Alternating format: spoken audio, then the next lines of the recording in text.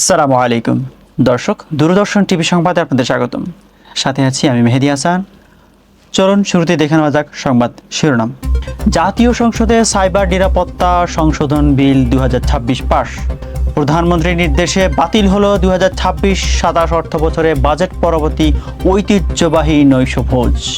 গাজায় ত্রাণের অভাবে চরম ঝুঁকিতে 14,000 শিশু, উদ্বেগ প্রকাশ জাতিসংঘের। জাতীয় সংসদে 9.38 লাখ কোটি টাকার জাতীয় বাজেট পাস।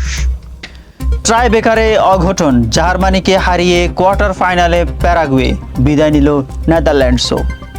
দর্শক, এতক্ষণ শুনছিলেন সংবাদ শিরোনাম, এবার বিস্তারিত।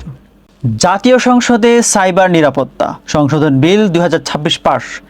সামাজিক যোগাযোগ মাধ্যমে কৃত্রিম বুদ্ধিমত্তা এআই দ্বারা তৈরি ক্ষতিকারক ও মানহানিকর কন্টেন্ট দ্রুত অপসারণের ক্ষমতা নিশ্চিত করতে জাতীয় সংসদে সাইবার নিরাপত্তা সংশোধন বিল 2026 কণ্ঠভোটে সর্বসম্মতিক্রমে পাশ হয়েছে।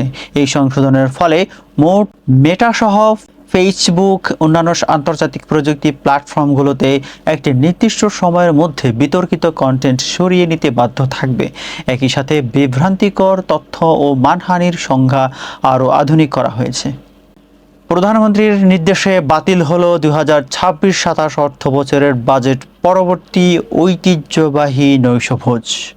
সরকারের কৃচ্ছ সাধন নীতির অংশ হিসেবে প্রধানমন্ত্রী তারেক রহমানের বিশেষ নির্দেশনায় 2026-27 অর্থ বছরের বাজেট পরবর্তী ঐতিহ্যবাহী নৈশভোজ অনুষ্ঠানটি বাতিল করা হয়েছে। প্রতি বছর বাজেট পাশের দিন অর্থ মন্ত্রণালয় জাতীয় সংসদ ভবনে এই নৈশভোজের আয়োজন করে থাকে। এই সিদ্ধান্তের ফলে সরকারের প্রায় 50 লাখ টাকা সাশ্রয় হবে বলে প্রধানমন্ত্রীর কার্যালয় থেকে জানানো হয়েছে। গাজায় ত্রাণের অভাবে চরম ঝুঁকিতে 14,000 শিশু, উদ্বেগ প্রকাশ জাতিসংঘের।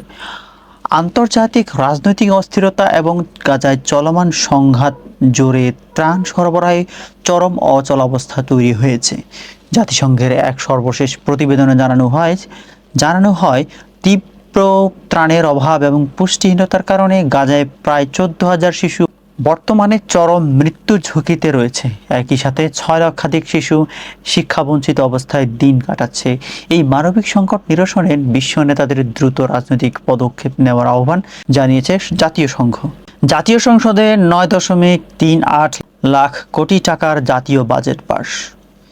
বিনিয়োগ বান্ধব অর্থনীতি গড়ে তোলার মূল লক্ষ্য নিয়ে জাতীয় সংসদে 2026-27 অর্থ বছরের জন্য 9.38 ট্রিলিয়ন 9,38,000 কোটি টাকা জাতীয় বাজেট সর্বসম্মতিক্রমে পাশ হয়েছে।